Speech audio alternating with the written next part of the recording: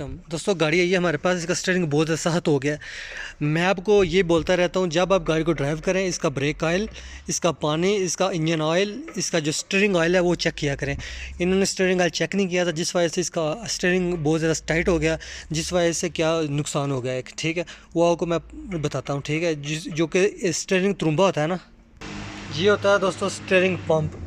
Steering तुरुम्बा भी बोलता है, कोई स्टीयरिंग पंप बोलता है। ठीक है, तो ये जो है ये ख़राब हो गया। किस वजह से ख़राब हुआ है?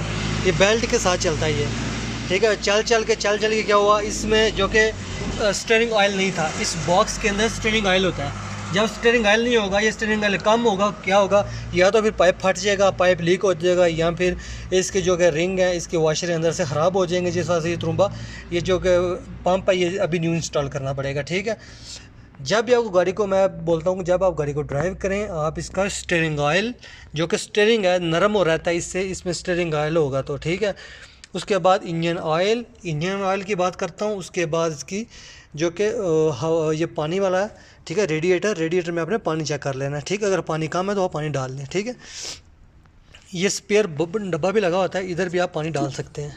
ठीक है, तो ये मैं चीज़ें आपको शेयर करता रहता हूँ। ठीक है, कई दफ़ा क्या होता है कि भाई हमारे पास आ जाते हैं, भाई हमारा जो कि ब्रेक नहीं लग रहा। जब चेक करते हैं तो ब्रेक ऑयल ही नहीं अंदर होता। ठीक है, ब्रेक ऑयल, क्लच ऑयल, ये चीज़ें ज़रूर चेक किया करें। ठीक है, अगर आपने इस इंजन की लाइफ को बढ़ाना है तो। Thanks for watching.